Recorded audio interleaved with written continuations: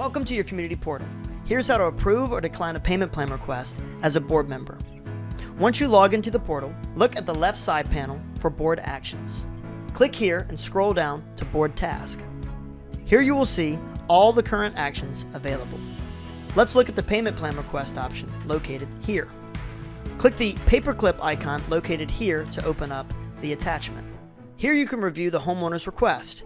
Be sure to verify their name, address, the account balance, amount able to pay, the term, which will be no more than 12 months, and the date for the payments to start. If valid, click the green 3 dots located here to approve or decline. Select Update to finalize your decision, and you will see that the request is no longer in your Board of Actions. If you need any additional assistance navigating your community's portal, please visit the link provided for more quick training videos or get in touch with us. We're happy to help.